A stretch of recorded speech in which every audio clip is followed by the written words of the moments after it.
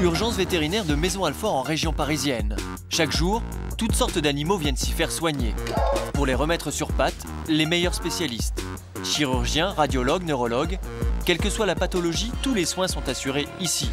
Des bêtes, parfois entre la vie et la mort, et des maîtres, inquiets. Quand je l'ai vu comme ça dimanche, j'ai paniqué tout de suite. Séjour en immersion dans un hôpital qui accueille des patients vraiment pas comme les autres. «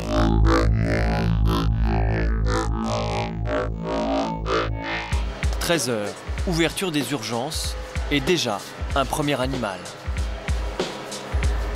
Fabrice, le maître de ce Terre-Neuve, est inquiet.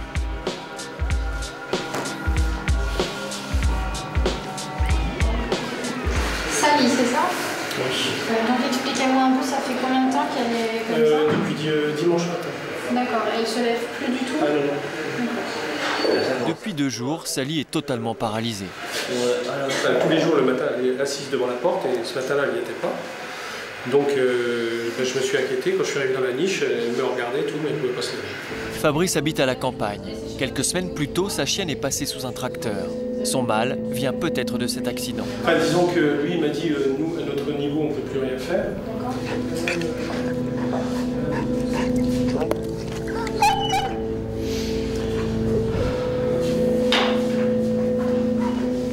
Fabrice a déjà perdu 2 chiens. En perdre un 3e serait terrible pour lui. Depuis 8 ans, Sally partage sa vie. Il est très attaché à elle.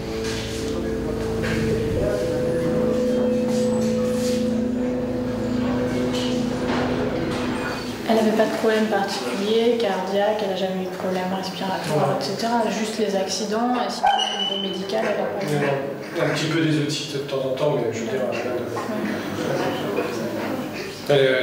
enfin, ces chiens-là, c'est très très dur. C'est la première fois. Quand je l'ai vu comme ça dimanche, j'ai paniqué tout de suite, hein, parce que... Ouais, elle a mal quand je touche la patte arrière droite. C'est pas qu'elle veut pas se tenir debout, c'est qu'elle peut non, pas. elle arrive pas. Elle ne peut pas. Moi, j'étais seul, mais malgré le poids qu'elle fait, bon, j'ai réussi à la tenir, mais pouf, aussitôt...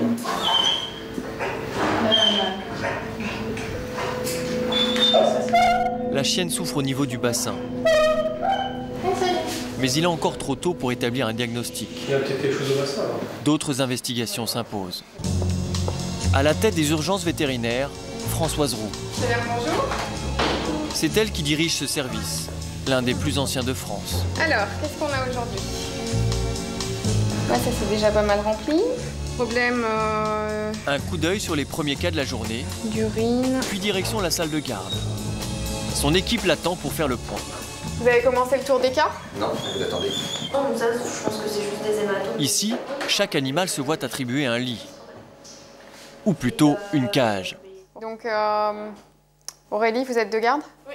Françoise Roux gère 2 assistants de clinique, 18 internes et 60 étudiants.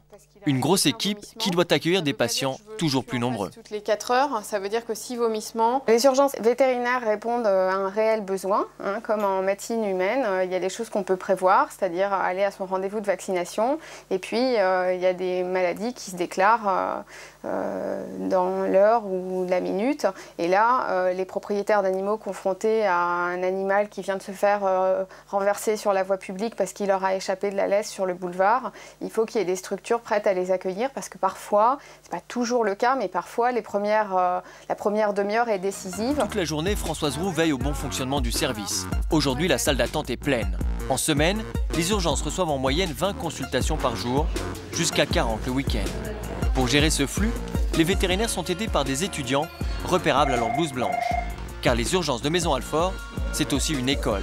Ici, les étudiants apprennent leur métier sur le terrain. Ils doivent diagnostiquer, soigner, bref, ils sont déjà presque vétérinaires. Mais pour les cas d'extrême urgence, ce sont les médecins expérimentés, en blouse bleue, qui interviennent. Au bloc opératoire, un lapin est entre la vie et la mort. Ouais, je reste avec le chien. Ouais. Seule solution pour le sauver, le massage cardiaque. Avec de l'adré, un truc. Il y en a là, juste à côté de l'adré. Pour stimuler son cœur, il faut lui injecter de l'adrénaline.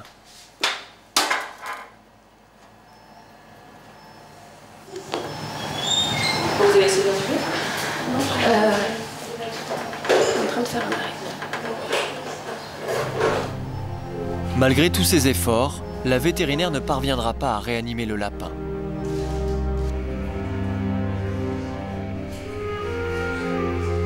La mort fait partie du quotidien des urgences. Dans ces moments-là, les vétérinaires se sentent impuissants. Les urgences, un univers parfois angoissant pour les propriétaires. Pour les rassurer, Agnès, à l'accueil, elle établit le premier contact avec les maîtres.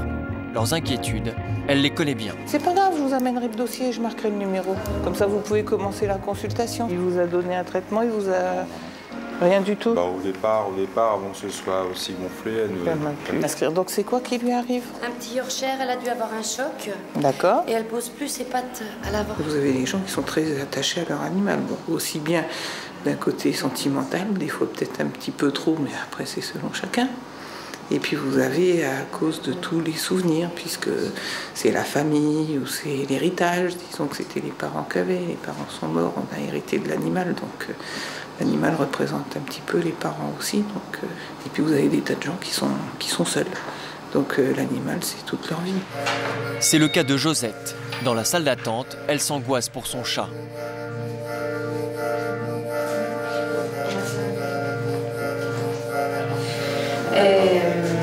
Benjamin Bedel prend en charge la consultation. Pénélope. Allez, ma Pénélope. Là, je suis foute. Je ne veux pas qu'on me tripote le ventre, je suis un vrai chat. Mais je pense que c'est un ami qui est venu l'autre jour à la maison, qui est médecin, qui l'aime bien, qui l'a caressé avant, qui me dit « Ta chatte est malade, elle a quelque chose, elle ne veut pas qu'on la touche. » Et en effet, Pénélope n'est pas dans son état normal. Elle ne tient même plus sur ses pattes. Qu'est-ce qu'on veut? Vas-y, alors lâche-la, c'est bon, je vais la faire. Pénélope, laisse-moi regarder ta masse. La masse, dans le langage des spécialistes, c'est un kyste. Depuis combien de temps qu'elle a cette boule? Vous l'avez remarqué? Depuis 3 semaines, comme ça. 3 semaines. Voilà. Je me suis demandé si c'était une boule de graisse ou quoi, vous savez. Peut-être. Peut-être, c'est assez rare chez les chats. Ce qu'on appelle les lipos. Hein, oui, c'est ça. Oui, oui. Bon, on en aurait ailleurs. C'est assez rare chez les chats, ça arrive. C'est assez rare. La densité n'est pas trop compatible. Oh là là. Avant de se prononcer, Benjamin Bedel préfère pousser les analyses. Par Madame Chat d'ailleurs. Madame Chat. Doucement, Pénélope. Parce que, bon, ce qu'il faudrait qu'on fasse là, c'est aller ponctionner cette masse oui. Pour aller voir ce que c'est. Oui. Et puis l'examiner, envoyer un prélèvement. Si ça se trouve que c'est un cancer, même si c'est un grand mot employé, bon, il faudra penser peut-être à l'enlever. Cancer, le mot est lâché. Pour Josette, le choc est terrible. Mais pour savoir de quoi souffre vraiment Pénélope, prochaine étape, une ponction de son kyste. Pour Josette, une longue attente commence.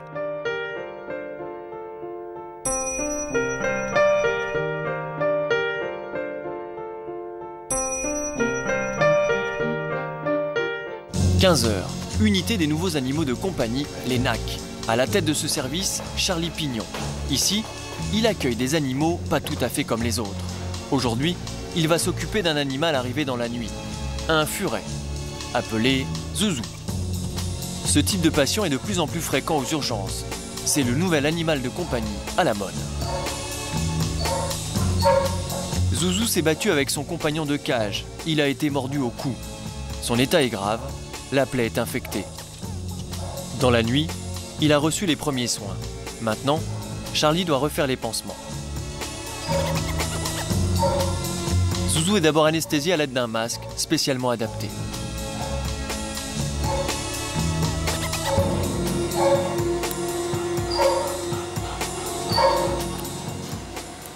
Alors on va essayer de se le mettre sur le dos, voilà.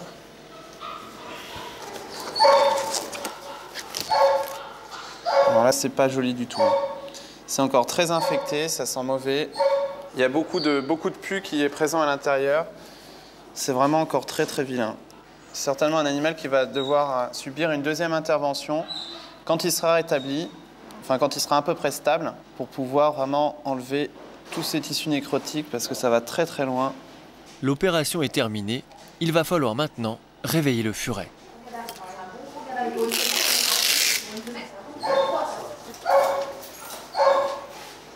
Il respire très superficiellement. Est-ce que je pourrais avoir du Dopram, s'il te plaît?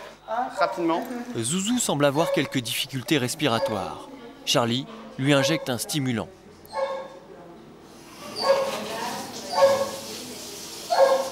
Quelques secondes d'attente. Voilà, c'est bon, il repart. Ouf, Zouzou est bien vivant. Fin des soins pour aujourd'hui. Le furet va tranquillement récupérer dans sa cage. Hop. On va laisser ses bouillottes. Assis. Retour dans l'unité classique. Lorsqu'il n'est pas en consultation, Benjamin forme des étudiants. Là, il faudrait faire un pansement à ce chien.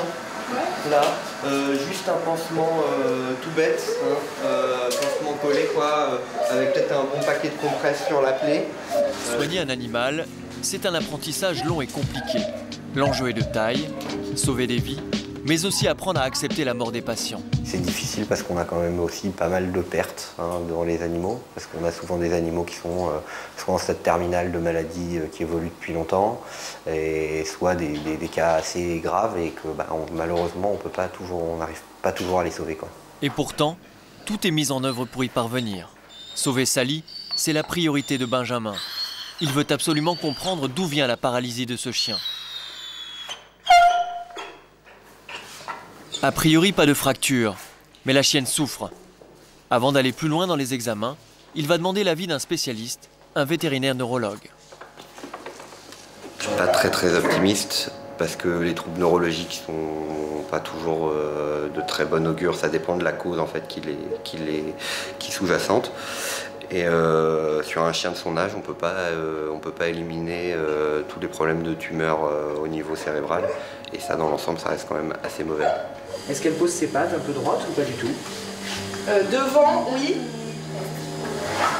Par contre, à droite, c'est vraiment absent. Ok, bon là, c'est complètement absent. D'accord.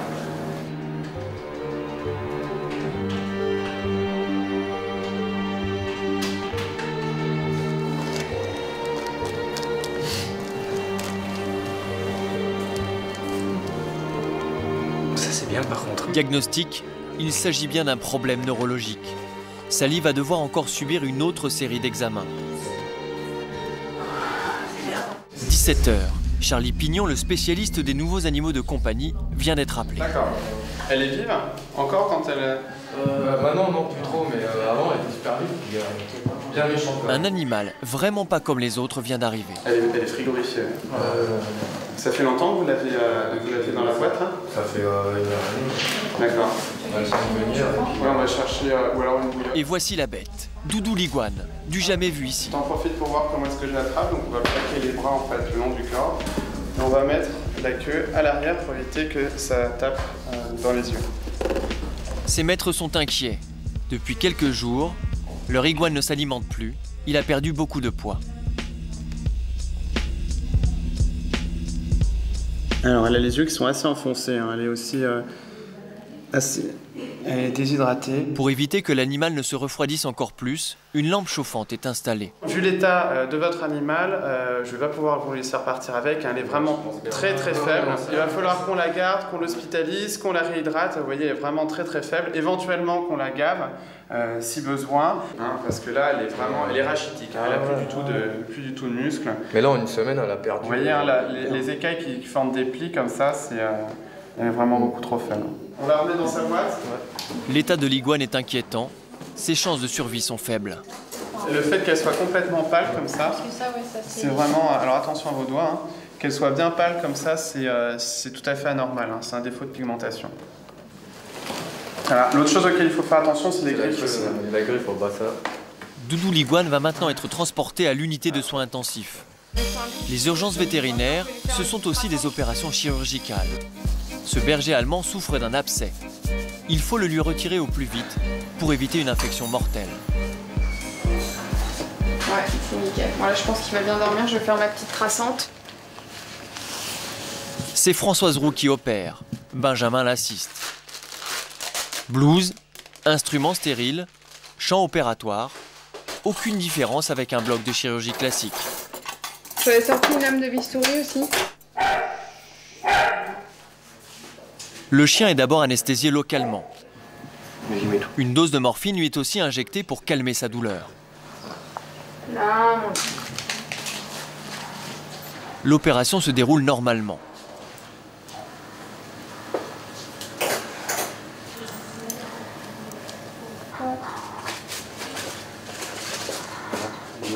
Lorsque soudain,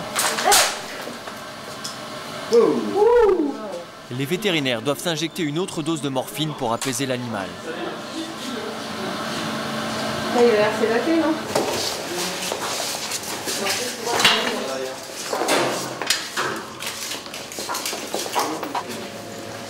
Lucky est sorti d'affaire.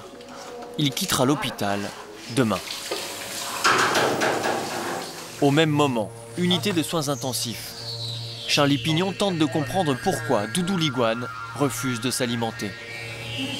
Là, ce qu'on va faire, c'est qu'on va la coincer là-dedans et juste faire sortir la partie qui nous intéresse, à savoir la queue. Première investigation, une prise de sang dans la queue pour une recherche virale. Alors, donc c'est plus compliqué que les mammifères parce que là, c'est une technique qui est aveugle, à savoir qu'on va pas du tout voir la veine.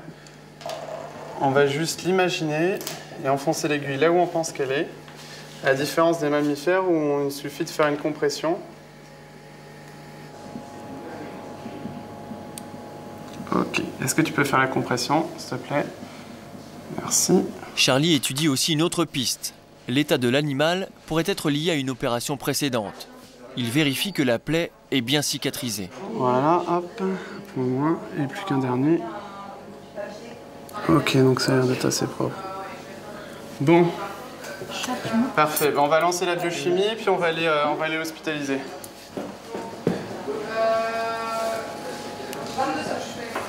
Là, en fait, ce qui m'inquiète, c'est l'état général de l'animal qui est vraiment très faible, très froid et très déshydraté. Donc c'est ça qui va plutôt déterminer si l'animal va s'en sortir ou pas. Donc on verra dans les 48 prochaines heures. Toi, t'as pas le droit de mordre. Désormais, chaque minute compte. Doudou l'iguane est installé dans ce terrarium pour y être réhydraté et nourri. Malgré tous les efforts déployés, Doudou l'iguane décédera quelques heures plus tard. Dans une salle voisine, Benjamin, lui, va procéder à la ponction du kyste de Pénélope. Mais avant cela, l'animal doit être endormi. Non, tu veux pas le masque? Pénélope résiste. Tant pis, le prélèvement sera effectué sans anesthésie. Un étudiant vient donc en renfort pour tenir la chatte. L'énerve pas trop, laisse-le tranquille, c'est un chaton. Mais la féline est décidément de très mauvaise humeur. Les vétérinaires ne sont pas trop de deux pour la tenir. Loulou. On va encore planter des aiguilles dedans. Hein. Donc t'énerve pas, le chat. Allez, on lui tapote sur la tête. On fait un tapotage comme ça. Pénélope est enfin calmée. La ponction prend quelques secondes. Benjamin va pouvoir délivrer son diagnostic. Voilà, c'est très bien mon chouchou. Rien dit. Que du gras. Résultat de la ponction, du gras. Pénélope n'a donc pas de tumeur. On fait une boule de gras. Aussitôt, Benjamin va rassurer Josette. Alors, je pense qu'on va même pas envoyer l'analyse parce que c'est une boule de gras. Hein. Ah oui, il n'y a que du gras. J'ai fait 4 prélèvements et c'est que du gras à chaque fois. Donc moi je vais en colorier une pour moi pour voir si c'est bien ça, si c'est autre chose je vous rappelle. Mais pour moi c'est une boule de gras. Donc il n'y a aucun souci. C'est pas du tout grave, il faut laisser et puis voilà. Soulagement pour Josette. Sa chatte n'a pas de cancer. C'est le retour à la maison avec Pénélope, saine et sauve. De son côté, Fabrice s'apprête à retrouver sa chienne Sally.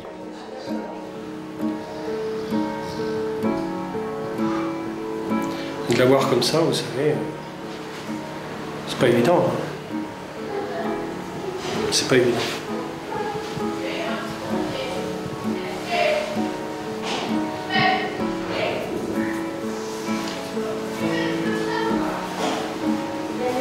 Si je voyais qu'elle n'était pas réactive, je ne veux pas dire que ce serait plus simple,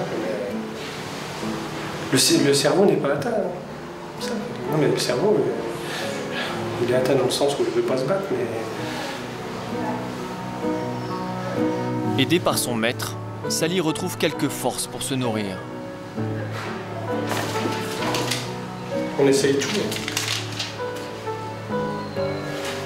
Sally va rester encore ici 6 semaines, le temps de connaître les causes exactes de sa paralysie. Si à cette date-là, Sally ne tient toujours pas sur ses pattes, alors Fabrice devra sans doute l'euthanasier.